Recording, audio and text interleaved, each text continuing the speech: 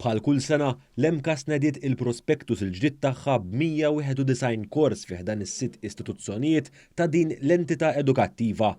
Matul din is-sena ġew reveduti wkoll 21 kors fil-waqt li għas-sena akademika ġdida se jkun hemm 7 korsijiet ġodda.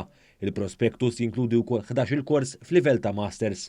Waqt konferenza tal-aħbarijiet kien spjegat li l-prospektus huwa miftuħ għal 12,000 student full-time u part-time li jattendu għall-edukazzjoni fl-MCAS. Bħala korsijiet għandna Advanced Diploma Finance and Insurance, għandna Advanced Diploma oħra in Retail, għandna 2 in Aircraft Maintenance, għandna kors ġdid in Advanced Diploma in Robotics, Drone Technology, Automation, Artificial Intelligence, u ieħor in Transportation and Logistics Management.